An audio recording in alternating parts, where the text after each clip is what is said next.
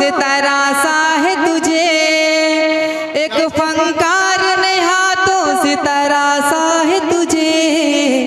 संगमरमर सा बदन है तेरा मखमल की तरह, संगमरमर सा बदन है तेरा मखमल की तरह। तेरी आंखों में समा जाऊंगा काजल की तरह। और आखिरी शेर वारिस के हवाले।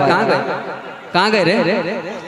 आइए आखिरी शेर पेश करता हूँ बतौर खास मुलाहिजा करें। जी मैं आता है तुम्हें प्यार से रखो इतना, जी मैं आता है तुम्हें प्यार से रखो इतना। अपने होठों से लगा लो तुझे बोतल की तरह, अपने होठों से लगा लो तुझे बोतल की तरह।